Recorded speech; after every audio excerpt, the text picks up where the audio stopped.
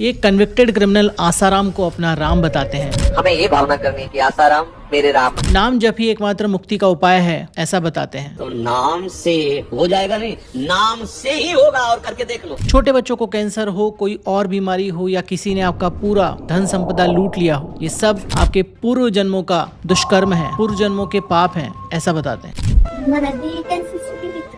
क्या होता है, आप तो माँ इसलिए शायद हमारी बात नहीं समझ पाएंगे। मतलब अब इस बच्चे का क्या अपराध, नई अवस्था, अभी तो नया कोमल बच्चा है, लेकिन अंदर जो जीव है वो बहुत पुराना है। उससे कौन कौन से कर्म हुए हैं, उसका परिणाम इस नवीन शरीर को भोगना पड़ रहा है। ये कहते हैं भजन करो, नहीं, इस जन्म का कर्म कई जन्मों तक तुम्हें दंड रूप में मिले। यहाँ तक ये कहते हैं कि 100 में से सिर्फ 2-4 लड़कियां ही पवित्र होती हैं। 100 में कोई 2-4 कन्याएं ऐसी होंगी जो अपना पवित्र जीवन रखकर किसी पुरुष को समर्पित होती। और हस्त मैथुन एक वायरस है और सभी बीमारियों की जड़ है। उसे ये ऐसा वायरस है कि इसकी अभी तक वो नहीं बनी वैक्सीन।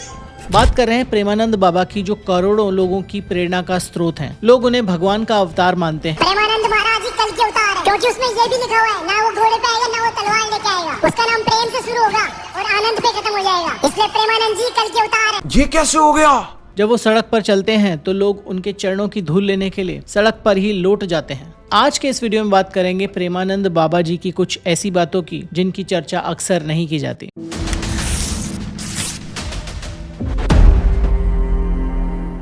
हेलो फ्रेंड्स, मेरा नाम है रवि, ये है लॉजिकल आयाम। And to be honest, Premanand Baba बाकी बाबाओं से थोड़े अलग दिखते हैं। वो हिंदू मुसलमान नहीं करते, ऊंच नीच की बातें नहीं करते, सच्चाई, पवित्रता, सदाचारिता, सादगी का पाठ पढ़ाते हैं और बाकी बाबाओं से काफी शांत, सरल, सुलझे हुए नजर आते हैं। पर तो भी बहुत सारी बातें ऐसी हैं जो प्रॉब्लमेटिक है और उनके बारे में बात करना बहुत जरूरी है, क्योंकि इंटरनेट पर आपको प्रेमानंद जी को सपोर्ट करते हुए तो लाखों वीडियोज मिल जाएंगे, बट उनकी बातों को क्रिटिसाइज करने वाले एक भी वीडियो आपको इंटरनेट पर नहीं मिलेगा, क्योंकि उनकी टीम वो वीडियोस उड़वा देती है। और आई एम श्योर इस वीडियो पर भी प्रेमानंद बाबा जी की जो टीम है वो कॉपीराइट स्ट्राइक जरूर देगी, और इस वीडियो के कमेंट सेक्शन में मुझे बहुत सारा भला बुरा भी सुनना पड़ेगा प्रेमानंद जी के सपोर्टर्स से। तो इस वीडियो में हम कोशिश करेंगे कि उनकी कम से कम क्लिप्स यूज की जाएं, और जो भी क्लिप्स यूज की जा रही हैं वो ऑफकोर्स यूट्यूब के फेयर यूज के दायरे के अंतर्गत ही यूज की जाएंगी। और जो भी हम उनकी बातों का क्रिटिसिज्म कर रहे हैं, एनालिसिस कर रहे हैं, वो भी बहुत ही आदर सम्मान के साथ किया जाएगा, बिना किसी पर्सनल अटैक के, जैसा हम अपने सारे वीडियोस में करते हैं। पर तो भी इतने लंबे डिस्क्लेमर के बाद भी जिसको जो करना है वो कर सकता है। हम अपना काम कर रहे हैं, लेट्स बिगिन। तो प्रेमानंद जी को जब आप देखते हैं पहले के वीडियोस में और आज के वीडियोस में, तो थोड़ा सा उनकी टोनैलिटी चेंज हो जाती है, उनका मैनरिज्म थोड़ा चेंज आपको लगता है। वो उनकी एज की वजह से हो सकता है, या उनकी तबीयत खराब है इसकी वजह से हो सकता है, या फिर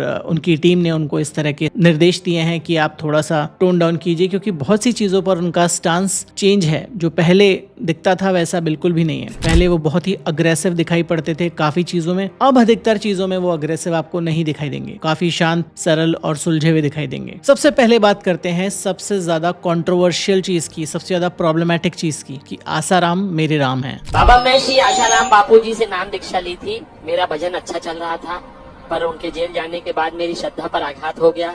हाँ, ये बाहरी बात है। बाहरी बात इसलिए हम कहते हैं कि भगवान का लीला विलास चलता रहता है ना। इस बात पे जाओ कि वो जेल में है। जेल में तो क्या, जेल में तो ठाकुर भी पैदा हुआ था, मथुरा में जेल में तो पैदा हुआ था। कोई बात, ये सब चलता रहता भगवान की माया। आप अपने मार्ग को पुष्ट करें, अश्रद्धा करने की कहीं भी कोई गुंजाइश नहीं है। बिल्कुल भगवान अपने आप से अपने आप में खेलते हैं।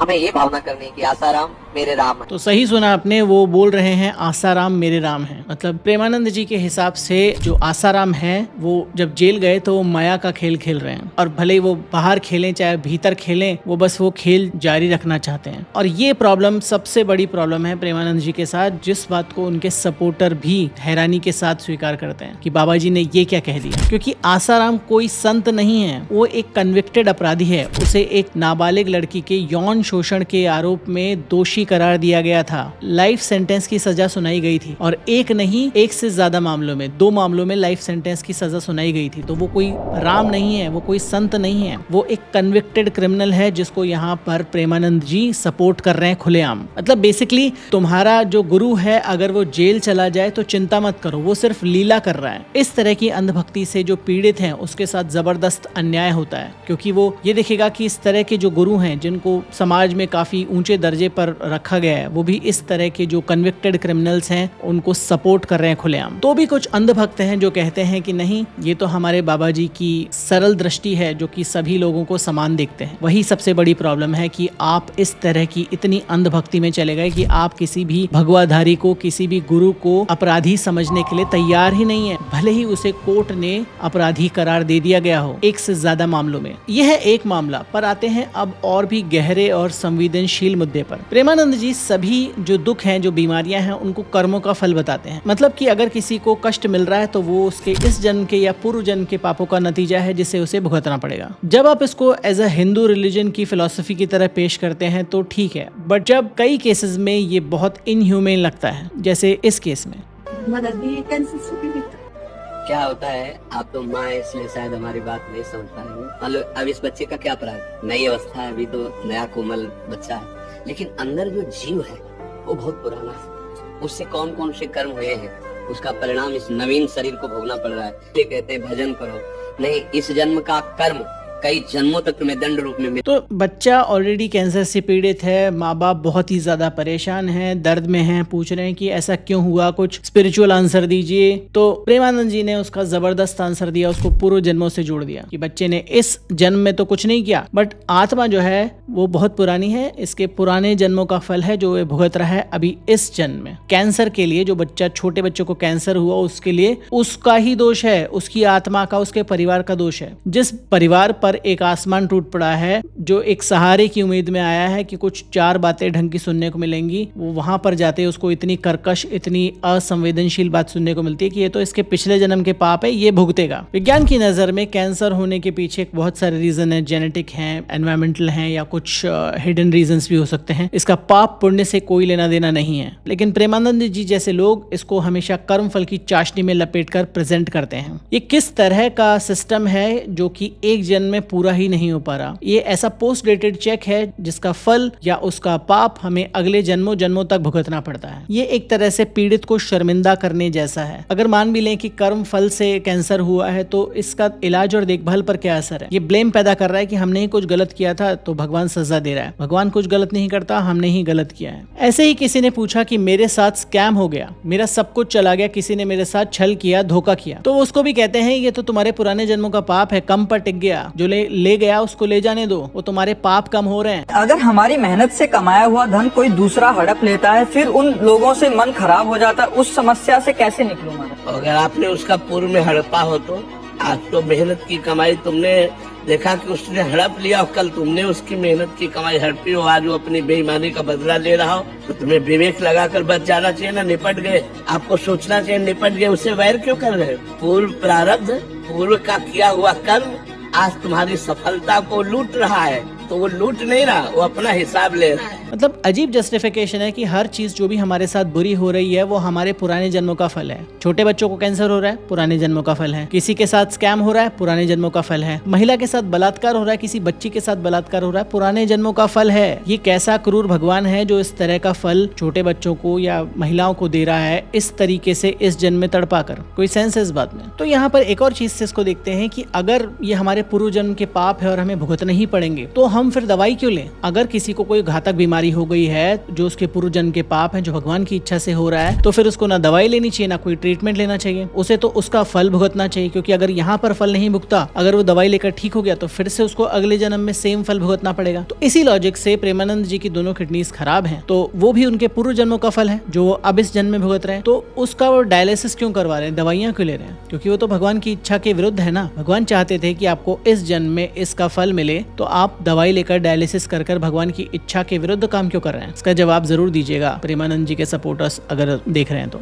तो इस तरह से दर्द को ग्लोरीफाई करना, चाहे वो बीमारी हो, कैंसर हो, असामयिक मृत्यु हो, हादसा हो, स्कैम हो, कुछ भी हो, सब कुछ ईश्वर की मर्जी है, सब कुछ पुराने जन्मों का लेखा जोखा है। तो अगर प्रेमानंद जी की बात मान ली जाए तो समाज किसी भी गलत बात को उस पर सवाल ही नहीं उठाएगा। सब भाग्य का खेल है, सब भाग्य का कर्म है, सब कुछ कहकर चुप हो जाएगा। कितनी प्रॉब्लमैटिक और कितनी इनसेंसिटिव बात है। पर जहां वो कहते हैं कि ये सब पुराने जन्मों का खेल है, सब कुछ तुमने पुराने जन्मों के पाप या पुण्य का नतीजा है, पर एक चीज वो कहते हैं कि अगर एक चीज कर ली तुमने तो तुम्हारे सारे जो पाप है वो नष्ट हो जाएंगे। मतलब जो भगवान जो सब कुछ कर रहे हैं, अगर आपने उस एक चीज को कर लिया तो भगवान की जो लीला है वो भी खत्म हो जाएगी। आपके सारे दुख दर्द कष्ट हर लिए जाएंगे, आपको सिर्फ अच्छी अच्छी चीजें ही मिलेंगी। और वो एक चीज है नाम जप, कि बस भगवान का नाम रटना शुरू कर दो, सब कुछ ठीक हो जाएगा। एक उपाय रह गया है, हरि हरि राम कृष्ण हरि राधा राधा, जो नाम प्रिय हो खूब रटो, इसी से चारों पुरुषार्थ मिल जाएंगे। अगर कोई कामना नहीं हुई तो प्रेम मिल जाएगा, बोध हो जाएगा, सब कुछ हो जाएगा। तो यहाँ पर जो है नाम जप वो है ऑल इन वन सोल्यूशन की तरह है, कि आपने नाम जप की टैबलेट खा ली और आपका हर संकट छूमंतर हो गया। आपके पूर्व जन्म के पाप भी कट जाएंगे, जिसको वो बोल रहे थे कि वो पूर्व जन्म के पाप हैं, भुगतने ही पड़ेंगे। और यहाँ पर तो ये एक कदम और आगे बोल रहे हैं कि 8 करोड़ नाम जप कर लोगे तो पता नहीं क्या से क्या हो जाएगा। जब 8 करोड़ नाम जप किया तो मृत्यु का भय खत्म हो गया और वो वाणी का सत्य वक्ता हो जाता, जो बोलेगा वही होगा। 8 करोड़ नाम जप करने वाला साधक जो बोलेगा, जाओ हमारा मंगल हो जाए, मंगल हो जाए, जाओ तुम्हें भगवान का साक्षात हो जाए। 8 करोड़ नाम जप अगर किसी ने कर लिए तो जो वो बोलेगा वही हो जाएगा। फिर उसमें भगवान की लीला का क्या कनेक्शन है? ये समस्या है। भगवान अगर नहीं चाह रहे हैं कोई काम करना, तो जिसने 8 करोड़ नाम जप कर लिए, क्या वो भगवान से ऊपर हो गया उस केस में? 8 करोड़ नाम जप अप्रोक्सीमेटली, अगर हम एक नाम जप को 1 सेकंड मान लें तो 8 करोड़ नाम जप के लिए आपको अप्रोक्सीमेटली तकरीबन 22,222 घंटे लगेंगे 8 करोड़ नाम जप करने के लिए। अगर हम इसको 23,000 घंटे पकड़ के चलते हैं और अज्यूम करते हैं कि रोज 8 घंटे आप नाम जप कर रहे हैं, तो आपको तकरीबन 2,875 दिनों में, यानी अप्रोक्सीमेटली सिर्फ 7 से 8 सालों में, सिर्फ 7 से 8 सालों में आप इतना अभेद्य हो जाएंगे नाम जप करने के बाद कि आप की जो वाणी है वो सर्वोपरि हो जाएगी। मतलब आप जो बोलेंगे वो सत्य हो जाएगा। और वो भी 8 घंटे बोल रहा हूँ मैं। अगर आपने और ज्यादा किया तो आप शायद 5-6 साल में ही ऐसे हो जाएंगे। आपके पुराने पाप के जो कर्म है वो सारे समाप्त हो जाएंगे और आप जो बोलेंगे वही होगा। इसके आगे भी एक लेवल है। 12 करोड़ जब नाम जप कर लेता है तो उसके पास इतना खजाना हो जाता है, भगवान उसके अधीन होकर पीछे पीछे डोलते हैं। 12 करोड़ हो जाता है तो भगवान उसके पीछे पीछे दौड़ते हैं। जब 13 करोड़ नाम जप कर लेता है तो किसी को भी मोक्ष दे सकता है। और 13 करोड़ हो जाता है तो उसको वो खुद तो मोक्ष मिलेगा ही, वो दूसरों को भी मोक्ष दे लेगा। किनको मोक्ष दे लेगा? जो कि भले ही पाप कर्म करने वाले हों। और इस तरह के जो लोग हैं, इन्होंने एक और अलग अपने प्रवचन में बताया था कि इस तरह के जो लोग हैं उनकी पीढ़ियां तर जाती। तो किसी ने पूछा कि अगर उस पीढ़ी में अगर किसी ने पाप कर्म किए हों तो क्या वो भी तर जाएगा? तो कहा हाँ, ये तो सरकारी काम है, सभी उसके साथ साथ में तर जाएंगे। जब कोई उपासक भगवत प्राप्त कर लेता है तो उसकी 21 पीढ़ियां तर जाती हैं। महाराज जी, अगर उसकी पीढ़ी में ही कोई फिर वर्तमान में या आगे पापाचरण करे तो उसको भी क्या गति प्राप्त होगी? हो जाएगी। सो तो सरकारी है ना, सरकारी है, जब पास तो पास हो गया, फिर क्या? अगर कोई गलत भी हुआ तो भी निकल जाएगा। तो भगवत प्रसाद से उस माँ भागवत के घर में जन्म लिया, इसलिए पापी होने पर भी भगवत प्राप्त हो जाए। तो मतलब आपके परिवार में अगर कोई एक व्यक्ति है जो इस तरह का नाम जप कर रहा है, 12-13 करोड़ कर रहा है, तो मतलब आपका लॉटरी का टिकट है वो। आपको फिर कुछ और करने की जरूरत नहीं, आप जी भर के पाप कर्म कीजिए, आपका मोक्ष का टिकट पक्का है इस लॉजिक के हिसाब से। एक और प्रवचन में किसी ने पूछा कि क्या हमें भाव की जरूरत है या सिर्फ नाम रटना काफी है? तो उन्होंने बोला, प्रेमानंद जी ने बोला कि नाम जपना ही काफी है, किसी भाव की कोई जरूरत नहीं है। आप काम करते करते नाम जप करेंगे, भले ही आप टीवी देख रहे हो, भले ही आप कुछ और कर रहे हो, कोई किसी भाव की जरूरत नहीं, बस नाम होना चाहिए आपकी जिह्वा पर, आपकी जीभ पर, और आपको कोई फर्क नहीं पड़ेगा आप किसी भी भाव से करें तो भी आपको सब कुछ मिल जाएगा। नाम जप से लक्ष्मी। अरे लक्ष्य पीछे घूमेगा। भाव जरूरी है उसको। भाव नहीं, भाव की भी जरूरत नहीं। यहाँ तक ये कहते हैं कि एक्सीडेंट रोकना है, कि अगर आपका एक्सीडेंट होने वाला है, आपकी टांग टूटने वाली है, तो भी अगर आपने नाम जप किया तो वो सब नहीं होगा। Very strong claim. कभी आपका एक्सीडेंट नहीं हो सकता, कभी आप दुर्घटना में कभी नहीं फंसेंगे, और फंसेंगे भी तो आप सेफ निकल आएंगे। इस मंत्र को आप 11 बार कह के ये होश रखो कि चाहे जितनी जल्दी हो, घर से निकलने के पहले दरवाजे के अंदर ही खड़े रहो, 11 बार अंगुली से गिनना, 11 कृष्णाय वासुदेवाय हरे परमात्मने प्रणत क्लेश नाशाय गोविंदाय नमो नमः। नाम जप करने से आपका कैंसर, डिप्रेशन और जो पैसे की प्रॉब्लम, नौकरी की प्रॉब्लम, रिलेशनशिप की प्रॉब्लम क्या सच में सब हल हो जाती हैं? बिल्कुल भी नहीं। जब आप लोगों को बोलते हैं कि बस नाम जप करो, माला फेरो और बाकी सब भूल जाओ, तो जो इस इंसान को एक्चुअल में प्रॉब्लम है, जिस इंसान के पास ना पैसा है ना नौकरी है और शायद उसको कोई खतरनाक बीमारी भी है, तो प्रोफेशनल हेल्प या ट्रीटमेंट लेने में देर कर सकते हैं, सिर्फ नाम जप करते रहेंगे क्योंकि उनके गुरुजी ने बोला है नाम जप से सब कुछ हो जाता है। तो जब एक्चुअल टाइम निकल जाएगा उसके बाद वो कितना भी प्रोफेशनल हेल्प ले, कितना भी कोशिश करें, उनका जो एक्चुअल काम है वो कभी भी नहीं हो पाएगा। पर कई जगह पर प्रेमानंद जी इसका उल्टा भी बोल देते हैं। जैसे कई बार उनके पास इस तरह के रोगी आते हैं कि मेरे पीठ दर्द है, मेरे को ये प्रॉब्लम है, मेरे को वो प्रॉब्लम है, आप कुछ नुस्खा दे दीजिए। तो वो कहते हैं कि नहीं नहीं, डॉक्टर को दिखाओ, डॉक्टर को दिखाने से ठीक होगा। पेट में दर्द है तो बाबा जी इसको क्या करे, बाबा जी क्या करे? जैसे किसी को रोग है, किसी को दर्द है तो डॉक्टर के पास जाए, आशीर्वाद से नहीं ठीक होता। भगवान ने वैज्ञानिक बनाए हैं, वैज्ञानिकों ने यंत्र बनाया है, औषधियाँ बनाई है, हमें डॉक्टर की शरण जाना चाहिए क्योंकि इस पांच भौतिक शरीर के रोगों का निदान डॉक्टर से है, ना कि छू से, जंतुर मंतुर से, पानी आंख देने से। एक तरफ खुद आप मान रहे हैं कि डॉक्टर की जरूरत है, इनफैक्ट खुद आप डायलिसिस ले रहे हैं, खुद आप मॉडर्न मेडिसिन की जो चीजों का लाभ ले रहे हैं, और दूसरी तरफ कैंसर के इलाज में सिर्फ नाम जप की बात कर रहे हैं। Isn't it ironical? हिपोक्रेसी की भी सीमा होती है। इनफैक्ट ये सब भी चलो एक बार को मान लूं, पर अकाल मृत्यु जो है, मतलब एकदम से किसी की मृत्यु हो जाए, वो भी टल सकती है नाम जप करने से। You guessed it right. मेरे जीवन में अकाल मृत्यु अथवा आत्म का योग है। किसने कहा? चाह रहते हैं विचारक है, उसे काट। देवी देवताओं के प्रति बहुत बुरे विचारों ने मेरा जीवन बर्बाद कर दिया। ओवर थिंकिंग, भूतकाल के नकारात्मक। आज हमारी बात तुम सुनो, हमारी बात मानो, कोई अकाल मृत्यु नहीं है, हम तुमसे बता रहे हैं। राधा राधा राधा राधा राधा राधा। जब एक और बहुत ही जो प्रॉब्लमेटिक चीज़ है वो बोलते हैं, उनके जो अवैज्ञानिक दावे हैं ब्रह्मचर्य पर और हस्त मैथुन पर, वो बहुत ज़्यादा प्रेवलेंट हैं। उनकी जो रील्स हैं, उनके जो प्रवचन हैं पूरे इंस्टाग्राम पर, यूट्यूब पर, वो हमेशा शुद्धि पर ध्यान देते हैं कि शुद्धता रखो, सेलिबेसी पर ध्यान दो, और हस्त मैथुन जो है, मैस्टरबेशन जो है, वो उसको भारी पाप बताकर डराते हैं। उनके हिसाब से हस्त मैथुन से भयंकर शारीरिक और मानसिक नुकसान होते हैं। जो उनकी वेबसाइट है भजन मार्ग, उस पर हस्त मैथुन के कुछ तथा कथित साइड इफेक्ट्स की लंबी सूची दी गई है। उसके कुछ एग्जाम्पल देखते हैं before we watch the actual reels. तो ये है वेबसाइट डायरेक्टली जो प्रेमानंद जी की भजन मार्ग वेबसाइट है। Side effects of masturbation on mental health. Mental health के कोई 22 साइड इफेक्ट्स हैं। Thoughts will be lusty constantly, there will be inferiority complex, they want to hide something about themselves through cunningness, telling lies, happiness can never be seen on their faces, they are always sad, they have a harsh nature, they can not be reliable, what, their nature becomes irritable, they speak like a madman, they live like corpses, lifeless, they don't have a daily routine, their mind is always tormented, their heart feels like breaking, they always feel scared, they always thinking about what will happen next, they become very interested in watching drama, novel, dirty talks, loss of memory power, very big claim, their mind becomes weak, they make resolutions, promise again and again but cannot fulfill them, they get angry, they speak harshly, they cannot be enthusiastic about work, even in the slightest of manner they feel insulted। मतलब कि बहुत सारी चीजें repeat की गई हैं, but वो number बढ़ाने के लिए 22 साइड इफेक्ट दिए गए हैं मेंटल हेल्थ पर।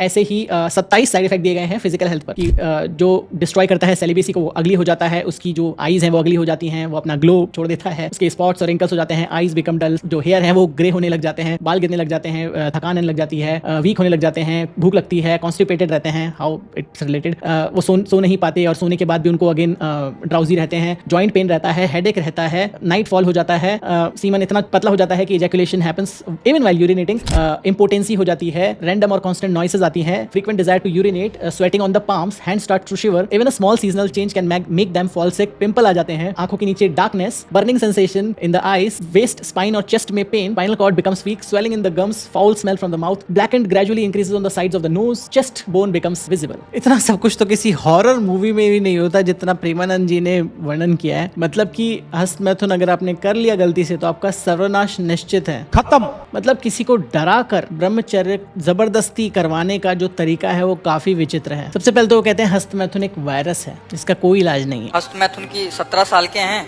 और कितना भी सुन लो, फिर बाद में कितना भजन करता हूँ और उसके बाद फिर वहीं गिर जाता हूँ महाराज जी।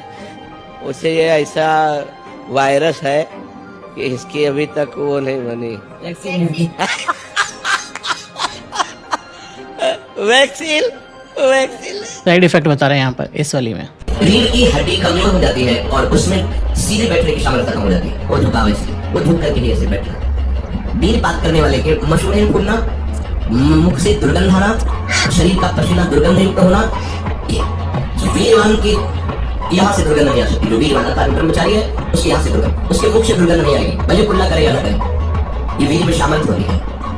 नाक के साइड में यहाँ कालीमा आ जाना, फिर वो कालीमा धीरे धीरे कपोलों में बढ़ते जाना, ये वीर नाश का लक्षण है। वीर नाश से उधर लंबा होना, पेट बढ़ना शुरू हो जाता है, आंखें बढ़ना शुरू हो जाती है, उसकी वाणी में मृदुता नष्ट हो जाती है, कर्कशता रुक्षता आ जाती है, उसका स्वभाव अप्रिय बन जाता है, छाती की हड्डियां दिखने लगती है। वो न तो लोक में न परलोक में किसी भी कार्य में उत्साह करने लायक नहीं रह जाता। वो जरा सी भी बात में बहुत बड़ा अपने को अपमानित होना समझता है। ये वीरपात से उसके अंदर दुख प्रकट हो जाते हैं। इनफैक्ट ही सेज कि अगर हस्तमैथुन करोगे तो आपको नर्क मिलेगा। हाँ, जो व्यर्थ में वीर नष्ट करते हैं अन्य प्रकार से, इनको इनाम में महारौरो नरक मिलता है।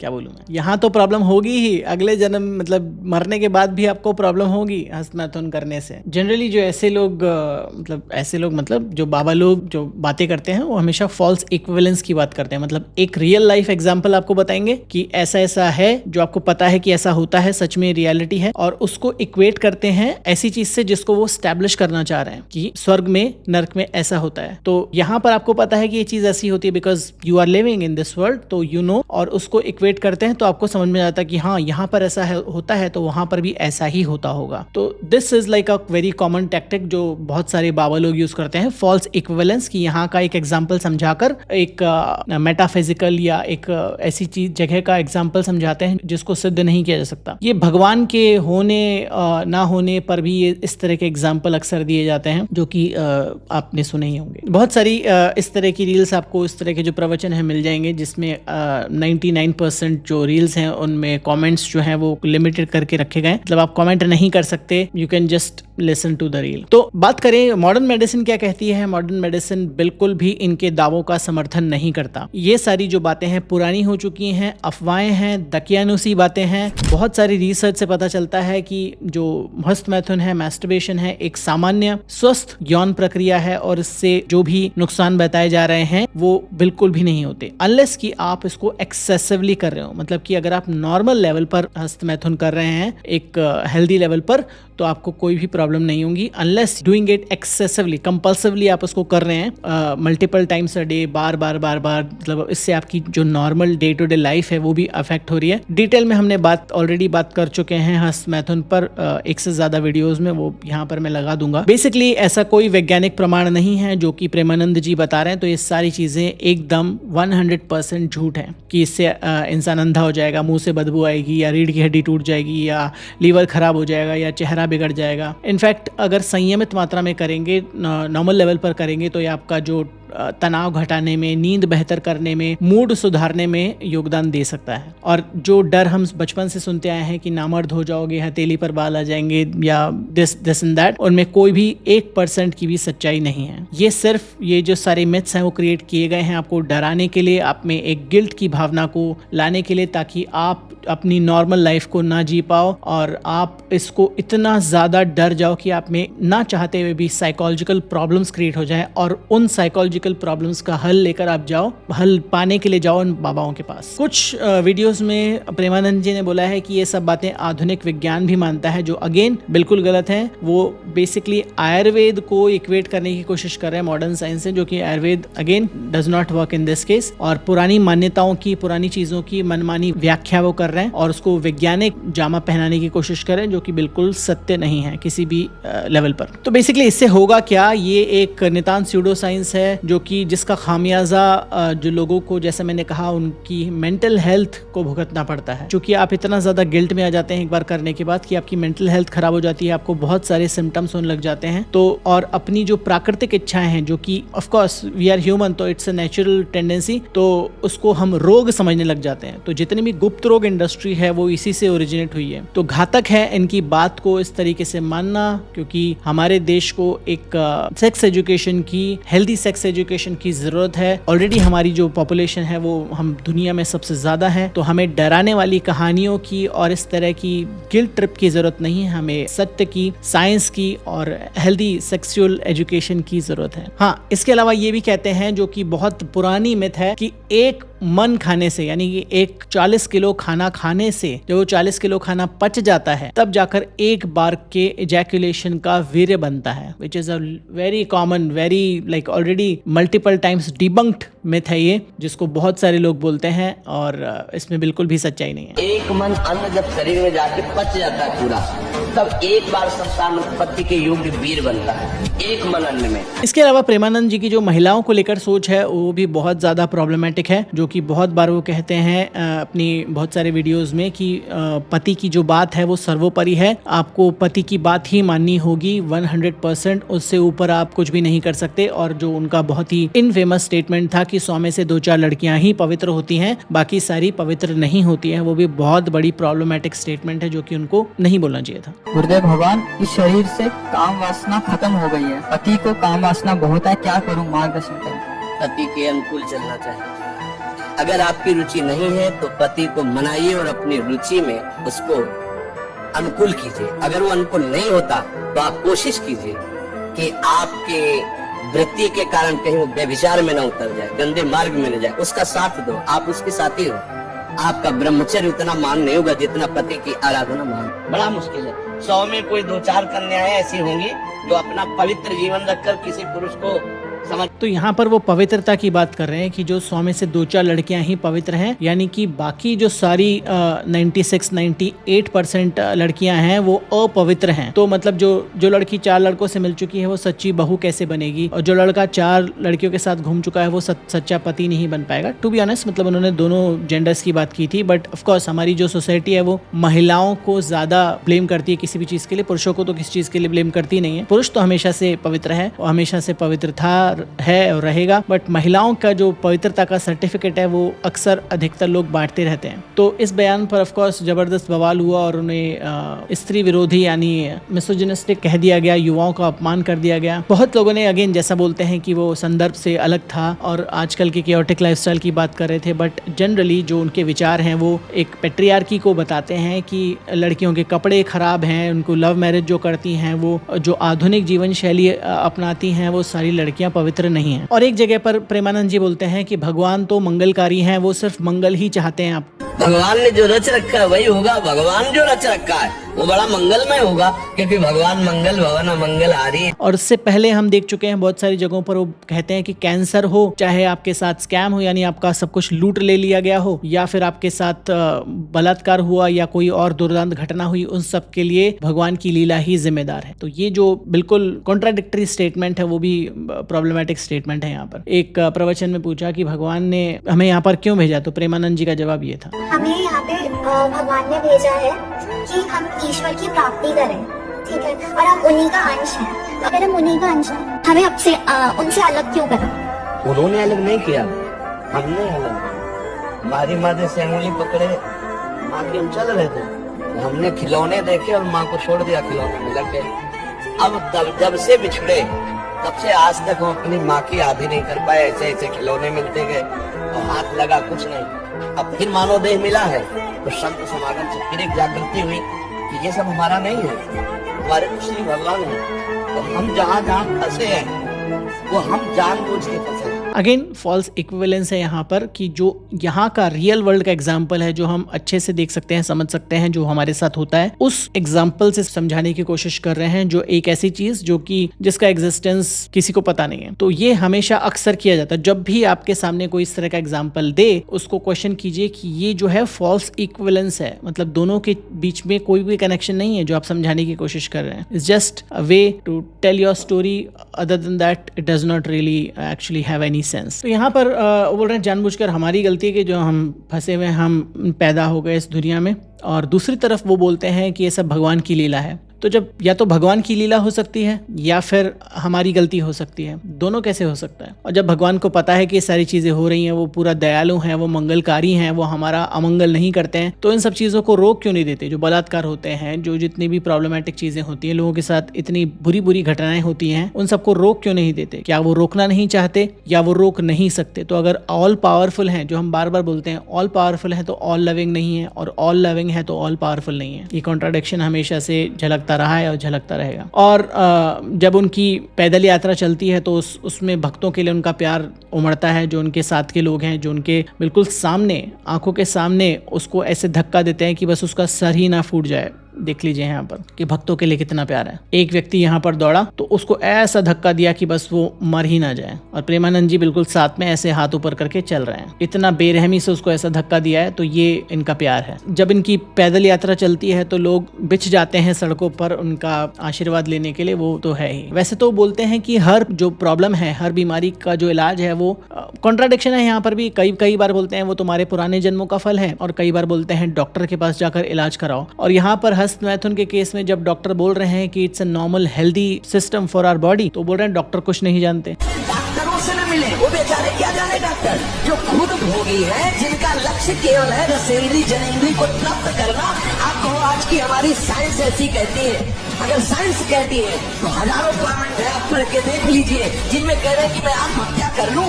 12 वर्ष की अवस्था से लेकर आज तक हस्त मैथुन किया, मेरी दुर्दशा हो गई, मुझे उपाय बताओ। नहीं, मन कहता है आत्महत्या।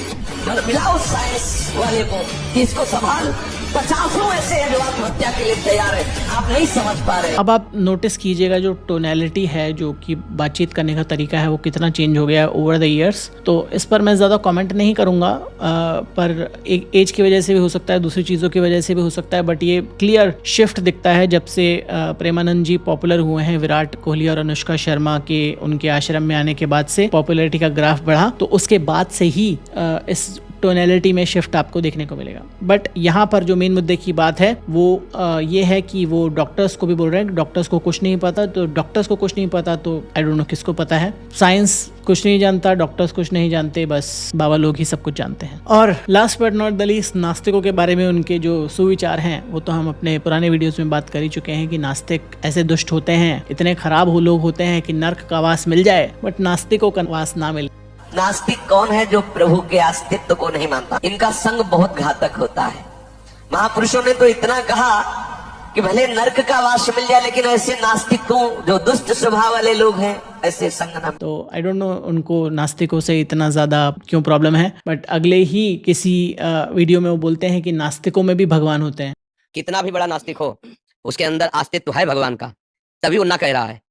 अगर अस्तित्व ना हो तो ना भी नहीं बोल सकता। उन्हीं के अस्तित्व के होने के कारण ना बोल पा रहा है। जब नास्तिक में भी भगवान का अंश है तो वो दुष्ट कैसे हो गया? उसका संग जो है वो नर्क के समान कैसे हो गया? एक और कॉन्ट्राडिक्शन यहाँ पर निकल कर आता है। इस तरह की और बहुत सारी बातें हैं जिसको हम एक वीडियो में कंप्लीट नहीं कर पाए, तो शायद अगर ये वीडियो रहता है हमारे चैनल पर लंबे समय तक, तो हम एक और वीडियो बनाने का दुस्साहस करेंगे और उसमें और बातों की चर्चा करेंगे। बट फिलहाल इस वीडियो में इतना ही। अगर आपको ये वीडियो पसंद आया, अगर आपको यहाँ पर कही गई बातें उसमें थोड़ा सेंस लगा, तो इस चैनल को सब्सक्राइब कीजिए, हमारे इस वीडियो को जरूर लाइक कीजिए, ज्यादा से ज्यादा लोगों तक शेयर कीजिए, क्योंकि शायद ये वीडियो ज्यादा समय तक हमारे चैनल पर नहीं रहेगा। मिलूंगा इस तरह की एक और वीडियो में, तब तक अपना ध्यान रखें एंड बी लॉजिकल।